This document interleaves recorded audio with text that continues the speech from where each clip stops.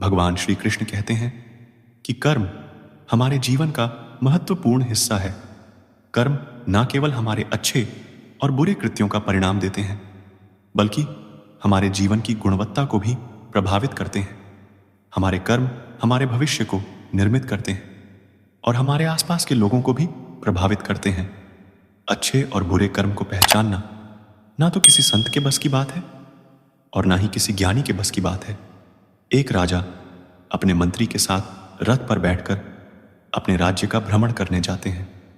राज्य भ्रमण के दौरान राजा की नजर एक दुकान का पर जाती है और वह दुकान के पास रुक जाते हैं और दुकानदार को देख मंत्री से कहते हैं कि क्यों मुझे ऐसा लग रहा है कि इस दुकानदार को मैं कल ही फांसी की सजा सुना दूं।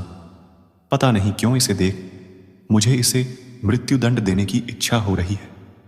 इतना कहते ही राजा वहां से अकेले ही चले जाते हैं और मंत्री उनसे इसका कारण भी नहीं पूछ पाते। अगले दिन मंत्री अपना भेष बदलकर दुकानदार के पास साधारण मनुष्य की तरह जाते हैं। वह दुकानदार चंदन की लाठी बेचता था। मंत्री दुकानदार से इधर उधर की बात कर उससे काम और हालचाल पूछते हैं। दुकानदार कहता है, क्या बताऊं भाई, मेरा हाल बहुत बुरा चल रहा है। लोग मेरी दुकान पर आते हैं, मेरी चंदन की लाठी को सूंघ है, प्रशंसा भी बहुत करते हैं, लेकिन खरीदता कोई नहीं। मैं बस इसी इंतजार में हूं कि कब हमारे राजा की मृत्यु हो जाए और उनके अंतिम संस्कार के लिए मेरे दुकान से खूब सारी चंदन की लाठियां बिक जाएं। दुकानदार से इतना सुनते ही मंत्री को सारी बातें समझ में आने लगी। वह समझ गए कि आखिर क्यों राजा के मन में इस दुकानदार के प्रति नकारात्मक विचार थे। मंत्री ने दुकानदार की बात सुन उससे कुछ चंदन की लाठियां खरीद ली। लाठियों की बिक्री से दुकानदार भी खुश हो गया और तूनर मंत्री को लाठियां दे दी। राजा के पास पहुंचकर मंत्री ने उनके कहा कि आप जिस दुकानदार को मृत्युदंड देने की सोच रहे थे, उसने आपके लिए भेंट स्वरूप चंदन की लाठियां भेजी हैं। यह सुनते ही राजा खुश हो गए और सोचने लगे कि बेवजह में उस बेचारे दुकानदार के बारे में बुरा सोच रहा था। राजा ने मंत्री से चंदन की लाठियां लेकर सूंघी, जिससे बहुत ही अच्छी सुगंध आ रही थी। राजा दुकानदार की लाठियों से खुश होकर उसके लिए कुछ सोने के सिक्के भिजवा है। अगले दिन मंत्री दुकानदार के पास जाकर कहते हैं कि यह सिक्के तुम्हें राजा ने भेंट स्वरूप दिए हैं। दुकानदार सोने के सिक्के पाकर खुश हो जाता है और मन में सोचता है कि मैं कितना गलत था। जो राजा की मृत्यु के बारे में सोचता था वह तो कितने दयालु हैं। हमारे काम, भावनाएं और विचार ही हमारे कर्म हैं। हम अगर किसी के बारे में बुरा सोचते हैं तो हमारा भी बुरा ही होता है। हमारे शब्द ही हमारे कर्म हैं। हम जो काम कर रहे हैं वही हमारे कर्म हैं। जो हमारी भावनाएं हैं वही हमारे कर्म हैं। अगर हमने अपने विचारों पर नियंत्रण करना सीख लिया तो आप महान बन जाते हैं। जब आप अच्छा सोचते हैं तब आपके साथ अच्छा होता भी है। मित्रों, एक बार की बात है, एक बार एक राजा ने अपने 3 मंत्रियों को आदेश दिया कि वे एक थैला लेकर जंगल में जाएं और थैले को फलों से भर दें। सभी मंत्री जंगल में चले गए। जाते ही पहले मंत्री ने सोचा कि राजा ने फल इकट्ठा करने का आदेश दिया है, इसीलिए उसे सबसे अच्छे फल थैले में इकट्ठा करने होंगे। दूसरे मंत्री ने सोचा कि राजा बहुत व्यस्त व्यक्ति है, इसलिए वह थैले में बहुत अच्छी तरह से नहीं देख पाएगा कि उसमें क्या एकत्र किया गया है, और इसीलिए उसने जो कुछ भी अपने हाथ में लिया वह एकत्र कर लिया। इस प्रकार उसका थैला अच्छे और खराब फलों के मिश्रण से भर गया। तीसरे मंत्री ने सोचा कि राजा केवल बाहरी रूप से देखेगा कि थैला कितना मोटा है, और इसलिए उसने थैले को सभी सूखे पत्तों और धूल से भर दिया। फल इकट्ठा करने के आदेश पर अमल करके तीनों मंत्री अपने अपने थैले लेकर दरबार में वापस आए। राजा ने बिना यह देखे कि उनके बैगों में क्या है, आदेश दिया कि अब तीनों मंत्रियों को 3 महीने के लिए अलग अलग जेलों में भेज दिया जाए, जहां उन्हें कोई भोजन नहीं दिया जाएगा और उन्हें केवल अपने संबंधित बैग ले जाने की अनुमति दी जाएगी जिसमें उन्होंने फल एकत्र किए हैं। पहला मंत्री अपने द्वारा एकत्र किए गए बहुत अच्छे फल खाकर जेल में 3 महीने बिता सकता था। दूसरा व्यक्ति थैले में अच्छे फलों के साथ कुछ समय तक जीवित रह सका और बाद में उसने इकट्ठे किए हुए खराब फल खाकर बीमारियां विकसित कर ली। तीसरे मंत्री के पास खाने के लिए कुछ नहीं था और इसलिए वह जीवित नहीं रह सका। मित्रों, इस कहानी से हमें यह समझ आता है कि हमें अपनी गतिविधियों का परिणाम स्वयं ही भुगतना होता है। हम अपने कर्मों के बाद अपनी ही प्रतिक्रिया भुगत हम जो भी कर्म करेंगे हमको उसका फल भोगना ही होगा। अच्छा और बुरा हम जो भी कार्य करेंगे उसका फल हमें तुरंत मिलेगा। अगर हमने अच्छे कर्म किए हैं तो हमें अच्छा फल मिलेगा और अगर हमने बुरे कर्म किए हैं तो हमें बुरे फल मिलेगा। तभी महाभारत में कहा गया है कि यथा धेनु सहस्रशुवत्स गच्छति मात्रमो, गायों के बीच बछड़ा अपनी मां गाय को ढूंढ लेता है। इसी प्रकार हमारे पिछले कर्मों के परिणाम जब पूरी तरह पक जाएंगे तो हमें बिना असफलता के मिल जाएंगे। साधारण इंसान तो इसको जानता नहीं है।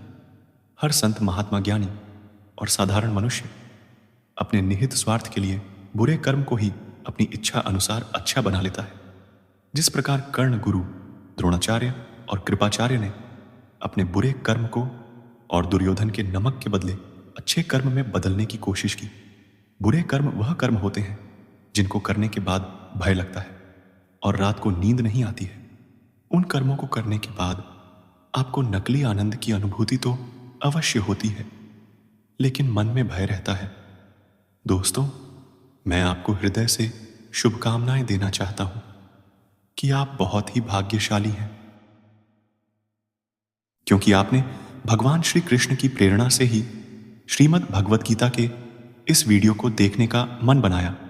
मुझे पूरा विश्वास है कि इस वीडियो को पूरा अंत तक देखने और शांत मन से इसकी बातों को सुनने और समझने के बाद आपके विचारों और जीवन में बहुत ही सकारात्मक बदलाव आने वाले हैं। साथियों, मेरा खुद का अनुभव कहता है कि अगर आप इस बहुमूल्य ज्ञान का लाभ अधिक से अधिक लेना चाहते हैं तो इस गीता सार को पूरा अंत तक सुने। हर रोज सुबह और रात को सोने से पहले जरूर सुने और दूसरों को भी सुनाएं, क्योंकि जिस तरह खुशियां बांटने से मिलती है उसी प्रकार इस ज्ञान को आप जितने ज्यादा लोगों के साथ शेयर करेंगे उतना ही भगवान श्री कृष्ण की कृपा और इस गीता ज्ञान की ज्योति आपके जीवन में भी प्रकाश फैलाएगी। दोस्तों, भगवान श्री कृष्ण ने कहा है कि अच्छे कर्म वह होते हैं जिनको करने के बाद आपको ना तो भय लगता है और रात को चैन और आनंद की नींद आती है। बुरे और अच्छे कर्मों का फैसला दो प्रकार से होता है। एक तो सरकार और समाज फैसला करता है और दूसरा भगवान फैसला करता है। जो फैसला समाज और सरकार करती है वह तो गलत भी हो सकता है, पर जो फैसला भगवान करता है वह कभी गलत नहीं होता है। बुरे कर्मों का आधार भूख, धन, स्त्री, जमीन, सत्ता, यश, ईर्ष्या और शक्ति मुख्य तौर पर होते हैं। इस सब की प्राप्ति लिए मनुष्य बुरे और अच्छे कर्म करता है। अगर आप भूख से मर रहे हैं तो आपको पेट भरने के लिए बुरे या अच्छे कर्म करने होंगे। अगर आपने किसी का भोजन छीना और खा लिया तो बुरा कर्म हो जाएगा।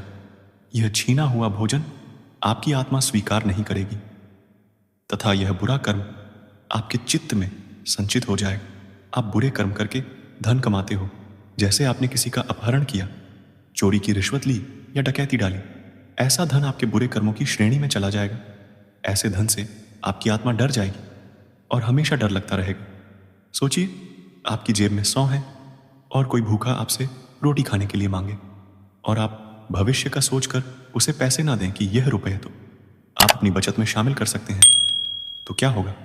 यह तो कोई भी बता सकता है कि क्या होगा। आपका कर्म खराब होगा और इतना खराब होगा कि आप सोच भी नहीं सकते, क्योंकि सेवा और दान मनुष्य के जीवन के वह दो स्तंभ हैं जो उसकी आत्मा की शुद्धि के लिए बहुत जरूरी है। यह हमारी आत्मा को पवित्रता का अनुभव कराता है और हमें दूसरों के साथ साझा करने की भावना देता है। सेवा और दान से हम अच्छे कर्म करने का अवसर पाते हैं। सबसे ज्यादा बुरे कर्म तो स्त्री को लेकर ही होते हैं, क्योंकि स्त्री की आत्मा का संबंध तो सीधे सीधे आपके कर्म के साथ होता है। इसी प्रकार हम जमीन और जायदाद को लेकर बुरे कर्म करते हैं, दूसरे के मकान पर और जमीन को कब्जा कर लेते हैं। इसके कारण जो आत्मा की बद्दुआ लगती है वह भी बुरे कर्म के खाते में चली जाती है। इसी प्रकार सत्ता प्राप्ति के लिए हम जघन्य बुरे कर्म करते हैं। अपने निहित स्वार्थ के लिए लाखों लोगों की हत्या कर देते हैं या करवा देते हैं। इसी प्रकार हम अपने यश और शक्ति को ज्यादा करने के लिए दूसरे लोगों के यश और शक्ति को कुचल हैं। अपने को हम श्रेष्ठ बताते हैं और दूसरों को नकारा या अज्ञानी बताते हैं। एक दूसरे के ज्ञान पर ईर्ष्या से अंधे होकर कटाक्ष करते हैं। यह सभी गौर और जघन्य बुरे कर्मों की श्रेणी में आते हैं। बुरे और अच्छे कर्म का निर्धारण करने के लिए आप महीने में सिर्फ एक बार ध्यान में, योग में, साधना में मरने की कल्पना करो कि मैं मर रहा हूं। जब आपको लगेगा कि मैं मर रहा हूं और मेरे प्राण निकलने वाले हैं, तो उस समय आपके एक महीने के सभी बुरे कर्म और अच्छे कर्म आपके पास आ जाएंगे और आपकी चारपाई के चारों तरफ घेरा बना लेंगे। आपको चिल्ला चिल्ला कर बताएंगे कि क्या क्या बुरा कर्म किया है आपने इस महीने में। और मौत के वक्त आप बुरी तरह से उन बुरे और जघन्य कर्मों के डर से भयभीत हो जाएंगे। आपको मरने से डर लगेगा। इसी प्रकार आपके सभी अच्छे कर्म भी आपके चारों तरफ होंगे और बोल रहे होंगे, जाओ खुश होकर मरो, आपने दुनिया के लिए अच्छे कर्म किए हैं। आपको स्वर्ग मिलेगा और चैन से मृत्यु को प्राप्त करोगे। जब भय के कारण मृत्यु होती है तो आत्मा का जाने का रास्ता बुरे मार्ग से होता है, और जब प्रसन्न मुद्रा में मृत्यु होती है तो आत्मा का जाने रास्ता अच्छे मार्ग से होता है। अपने बुरे और अच्छे कर्मों का विश्लेषण रोजाना सोने से पहले अवश्य करना चाहिए। ऐसा करने से आपके जीवन में आनंद कूट कूट कर भर जाएगा। आप किसी की जान बचाने के लिए झूठ बोल रहे हैं तो वह झूठ बुरे कर्म की श्रेणी में नहीं आएगा, क्योंकि आपकी नीयत साफ थी। लेकिन अगर आप किसी का धन लूटने, उसे नीचा दिखाने या बदनाम करने की नीयत से झूठ बोल रहे तो फौरन आपके कर्म खराब हो जाएंगे। कर्म को बेहतर बनाने का एक और तरीका है ध्यान का अभ्यास करना। ध्यान से हम अपने मन को शांत करते हैं और यह शांत मन हमें अच्छे निर्णय लेने में मदद करता है। यह हमें अपने कार्यों को सही तरीके के लिए प्रतिबद्ध करता है। मेडिटेशन करने वाले लोगों को अपने कार्यों में अक्सर सफलता मिलती है, क्योंकि वह एकाग्र मन से अपने काम करते हैं। ऐसे लोगों को छल कपट करने की जरूरत नहीं होती। यह लोग अपनी मेहनत और लगन से आगे जाते हैं। कई बार हम कुछ ऐसे कार्य करते हैं जो हम करना नहीं चाहते, पर वह पूर्व जन्म के कर्म के आधार पर निश्चित होते हैं, जिस कारणवश वह कार्य किसी न किसी माध्यम से पूर्ण हो ही जाता है। जैसे ही पूर्व जन्म का हमारा चक्र समाप्त हो जाता है, व्यक्ति को उसी समय मोक्ष की प्राप्ति हो जाती है। हमारे शास्त्रों में इस बात का उल्लेख मिलता है कि 84 लाख योनियों के बाद मनुष्य का जन्म प्राप्त होता है। साथ ही यह भी विशेष रूप से वर्णित किया गया है कि केवल मनुष्य योनि में ही जन्म और मृत्यु के चक्र से मुक्ति पाई जा सकती है। मनुष्य के कर्म का फल उसकी परिस्थिति और दैवीय शक्तियों द्वारा निर्धारित होता है। ऐसा कहा जाता है कि यदि अच्छे कर्म बुरे कर्म की तुलना में अधिक है तो बुरे कर्मों का फल इसी जन्म में और अच्छे कर्मों का फल अगले जन्म में मिलना निर्धारित होगा। इसी तरह यदि मनुष्य द्वारा किए गए कर्म में बुरे कर्म अच्छे कर्मों की तुलना में अधिक हैं तो इस जन्म में अच्छे कर्म भोगने होंगे, जबकि बुरे कर्मों को भोगने के लिए अगला जन्म निर्धारित होगा। मनुष्य को अपने घर परिवार की आवश्यकताओं का ध्यान रखना चाहिए। अधिक पैसा होने के बावजूद जरूरत होने पर उसे संभाले रखना भी बुरा कर्म बताया गया है। उस धन का इस्तेमाल मुसीबत के समय अवश्य करें। धन बचाने का लालच न करें। अपनी आय से अधिक खर्च न करें और अपने सामर्थ्य के अनुसार ही दान पुण्य करें। अपनी क्षमता से अधिक दान पुण्य और खर्च आपको पाप का भोगी बना सकता है। हमेशा अच्छे लोगों की में संगत में रहे और दुष्ट छल कपटी की संगति से खुद को बचाकर रखें। बुरी संगति हमें अक्सर बुरे परिणाम ही देती है। कभी भी खुद के स्वार्थ के लिए दूसरों का अहित करने का ना सोचें। शास्त्रों में इस बात का उल्लेख किया गया है कि जो जैसा बोता है उसे वैसा ही आगे चलकर काटना भी होता है। कभी किसी व्यक्ति से कुछ छल से छीनने का प्रयास ना करें। इसे किए गए सभी पुण्य नष्ट हो जाते हैं और आप पाप के भागीदार बन जाते हैं। पुराणों में इस बात का उल्लेख मिलता है कि किसी भी मनुष्य द्वारा किए गए बुरे कर्मों का परिणाम उसके जन्म से लेकर मृत्यु और उसके बाद तक दुखों का कारण बनता है। वह अपनी हर अवस्था में दुख भोगता है। पाप का फल किए गए कर्म पर निर्भर करता है। यदि आपके द्वारा किए गए कार्य बुरे हैं और वह अच्छे कर्मों की तुलना में अधिक है तो इसका फल आपको अगले जन्म में भोगना होगा। यदि बुरे कर्म कम है तो इसका भुगतान आपको इसी जन्म में करना होगा। इस प्रकार यह चक्र चलता रहता है। संसार में सबसे मोटा पाप स्त्री का अपमान करना बताया गया है।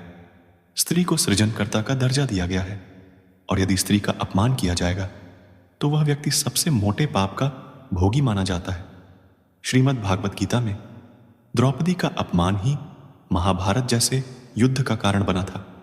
अगर भरी सभा में द्रौपदी का अपमान नहीं होता तो क्यों होता?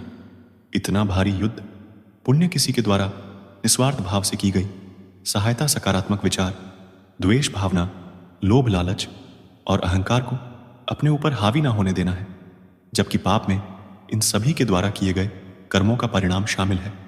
कर्म के अभाव में धर्म संभव नहीं है। धर्म के नियम के अनुसार स्काम व पुण्य कर्म करने चाहिए, जिससे सुख और खुशी की प्राप्ति होती है। दान ही सबसे मोटा कर्म फल है। अकर्वेंट कर्ता भाव से किया गया कोई भी अच्छा कर्म अच्छा तो है पर उत्तम नहीं है। यदि अच्छे कर्म ज्यादा हैं तो बुरे कर्मों का फल इसी जन्म में तथा अच्छे का फल अगले जन्म में या इसी जन्म के बाद के दिनों में भोगने को मिलता है। गीता के अनुसार जो कर्म निष्काम भाव से ईश्वर के लिए जाते हैं वे बंधन नहीं उत्पन्न करते, वे मोक्ष रूप परम पद की प्राप्ति में सहायक होते हैं। इस प्रकार कर्मफल तथा आसक्ति से रहित होकर ईश्वर के लिए कर्म करना वास्तविक रूप से कर्मयोग है और इसका अनुसरण करने से मनुष्य को अभ्युदय तथा खुशी की प्राप्ति होती है। एक व्यक्ति दूसरे को मूर्ख या बेवकूफ कह देता है तो बहस हो जाती है, परंतु एक पिता अपने पुत्र को मूर्ख या बेवकूफ कहता है तो कुछ नहीं होता, कोई बुरा नहीं मानता। इसीलिए कहा गया कि मन ही प्रधान है। यदि तुम बुरे मन से बोलते हो या कुछ करते हो तो दुख वैसे ही पीछे चलता है जैसे बैल के पीछे वाहन का चक्का, और यदि निर्मल मन से बोलते या करते हो तो शांति वैसे ही पीछे चलेगी जैसे व्यक्ति के पीछे छाया। हर एक इंसान का कर्म ही उसके सुख और दुख का भागी होता है। सही कर्म उसके सुख का भागी होता है और गलत कर्म उसके दुख का भागी होता है। एक बार की बात है, एक गांव में संत महाराज का प्रवचन चल रहा था। उसी समय प्रवचन देते समय सभा के एक कोने से आवाज आई। एक विधवा ब्राह्मणी अपनी गोद में एक बच्चे को उठाए आई, संत महाराज के चरणों में बालक को रखकर बोली, महात्मा जी, मौत का दुख क्या होता है यह मुझसे पूछो। मेरा एकमात्र लाल मुझसे दूर चला गया। उस मृत बालक को गोद में लेकर संत महाराज बोले, बालक बहुत सुंदर है और उससे भी सुंदर उसकी मां है। यदि मैं तुम्हारे बालक को जीवित कर दूं तो विधवा ब्राह्मणी बोली, महाराज, मेरा बेटा मुझे वापस मिल जाए तो मैं अपना सर्वस्व न्यौछावर कर सकती हूं। संत महाराज ने उत्तर दिया, ठीक है, तुम मुट्ठी भर पीली सरसों के दाने लाकर दो। वह विधवा दाने लेने के लिए तेजी से जाने लगी तो संत महाराज बोले, मां, यह पीली सरसों के दाने ऐसे घर से लाना जहां कभी कोई मृत्यु ना हुई हो। महात्मा की बात सुनकर विधवा तेजी से गई, एक दरवाजे पर गई और भीख के लिए पुकार लगाई। गृहपट्टी इस सरसों के दाने लेने के लिए घर में घुसने लगा तो उन्हें रोककर विधवा बोली, श्रीमान, दाने लाने से पहले यह बतलाइए कि कभी आपके परिवार में किसी की मृत्यु तो नहीं हुई। गृप ने उत्तर दिया, मां, क्या कहती हो? इस समय तो घर में पिता दादा सब मौजूद हैं, पर उनके पिता कहाँ हैं? ऐसा कौन सा घर है जहां कभी किसी की मृत्यु ना हुई हो? ब्राह्मणी की आंखें खुल गईं। वह संत महाराज के पास पहुंची और बोली, मुझे ऐसा कोई घर नहीं मिला जहां कभी कोई मृत्यु ना हुई हो। सब प्राणी अपने कर्मों का फल भोगते हैं। मेरी आंखें खुल गई हैं। यह सब मेरे कर्मों का ही फल होगा। कहा जाता है कि व्यक्ति के कर्म कभी उसका पीछा नहीं त्याग। हमारे वर्तमान जीवन में जो कुछ भी अच्छा या बुरा घटित होता है उसके पीछे कहीं ना कहीं हमारे पूर्व जन्म के कर्म मिले हुए होते हैं। पूर्व जन्म के कर्मों के आधार पर ही आपका भाग्य निर्धारित होता है। यदि आपके पिछले कर्मों में पाप की भागीदारी ज्यादा होगी तो आपका आज का जी भी कष्टम होगा और आपको दुर्भाग्य का सामना करना होगा। लेकिन परमेश्वर ने कर्म करने की शक्ति मनुष्य को हर जन्म में दी है। अगर आप इस जन्म में भी बेहतर और पुण्यदायी काम करते हैं तो अपने पूर्व जन्म के तमाम पापों का अंत कर सकते हैं और अपने दुर्भाग्य को सौभाग्य में बदल सकते हैं। ऐसे कामों के बारे में जो आपके पूर्व जन्म के पाप को कम करने में मददगार साबित हो सकते हैं। बस उन्हें करते समय आपकी वंशा एकदम शुद्ध होनी चाहिए। अगर आप जाने अनजाने किए गए पापों से मुक्ति चाहते हैं तो बेजुबान की सेवा करें, गाय, कुत्ता, पक्षी, चींटी, मछली आदि को नियमित रूप से भोजन कराएं, जरूरतमंद लोगों की मदद करें, गीता, रामायण, सुंदरकांड आदि कोई भी पाठ कुछ देर नियमित रूप से करें। इससे आपका मन शुद्ध होगा और आपके पिछले जन्म के पाप कटेंगे। साथ ही आपका वर्तमान जीवन सुखमय हो जाएगा। तो दोस्तों, ऐसे ही वीडियो और पाने के लिए हमारे चैनल को सब्सक्राइब करें और वीडियो को लाइक करें। धन्यवाद और कमेंट में जय श्री राधे कृष्णा जरूर लिखें।